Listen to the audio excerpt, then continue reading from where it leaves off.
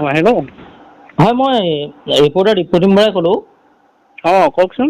হয় হয়, নাৰায়ণ বৰুৱা নেকি? হয়, নাৰায়ণ বৰুৱা।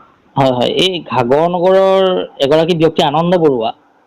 অঁ তেখেতে আমাৰ ৰিপৰ্টাৰৰ আগত এটা অভিযোগ দিছিলে যে আপুনি ঘৰ দুৱাৰ নামত তেখেতৰ পৰা 10,000 টকা বিচাৰিছিল বুলি। সেইটো সম্পূৰ্ণ মিছা কথা। সেইটো একেবাৰে তেওঁৰ ব্যক্তিগত আশীৰ্জৰ কাৰণেও কথাটো উলিয়াইছে নাই মোক সন্মান হানি কৰিবলৈ, নাই ৰাজনীতি কিবা কেৰিয়াৰ ধ্বংস কৰিম বুলি উলিয়াইছে নাই। মই কিন্তু তেওঁৰ পৰা পইচা নাই বিচৰা। হয়। আৰু তেওঁ সেইটো সম্পূৰ্ণ মিছা কথা কৈছে। অঁ। অঁ। এতিয়া আৰু তেওঁ তেনেকুৱা কৰিবলৈ হ'লে মই তেওঁৰ ওপৰত সন্মান হানি কেছ দিম। যিহেতু মই এখন সমাজৰ আগত ফুৰা মানুহ। হয় মই সামাজিক সকলো অনুষ্ঠান প্ৰতিষ্ঠানৰ লগতেই মই থাকোঁ। হয় গতিকে তেওঁ মোক সেইটো মানে সম্পূৰ্ণ ব্যক্তিগতভাৱে সেইটো কিবা এটা আশীৰ্জত সেই কথাখিনি উলিয়াইছে তেওঁ। হয়। হয়। আপুনি এটকাও বিচৰা নাই? মই নাই বিচৰা, পইচাৰ কথা তেওঁক পতা নাই মই। হয়। আৰু এইটো মানহানিৰ গোচৰ আপুনি তৰাৰ সিদ্ধান্ত লৈছে নেকি ইতিমধ্যে? অঁ, মই মানহানিৰ গোচৰ তৰাৰ সিদ্ধান্ত লৈছোঁ।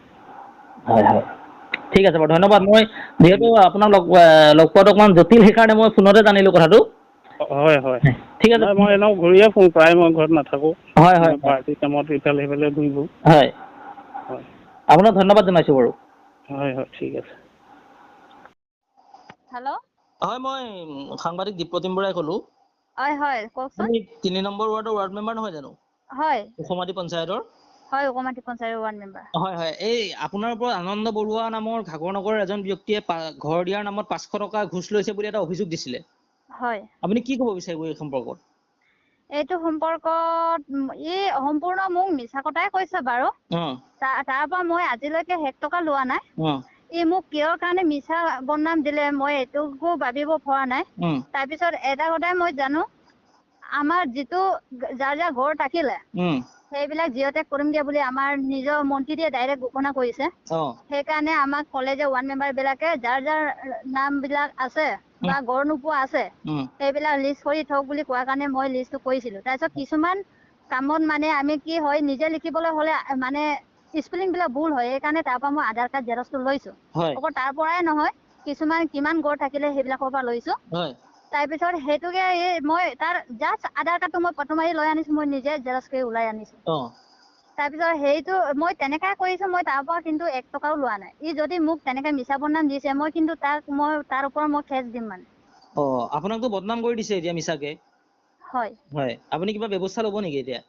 ব্যৱস্থা ল'ব মানে মই তাক কেছ দিম, তেনেকা যদি মিছা বদনামত ফচাই দিয়ে মই তাক ডাইৰেক্ট কেছ দিম। হয় হয় মই কথাটো আইন পালৰ পৰা মই যাম মানে।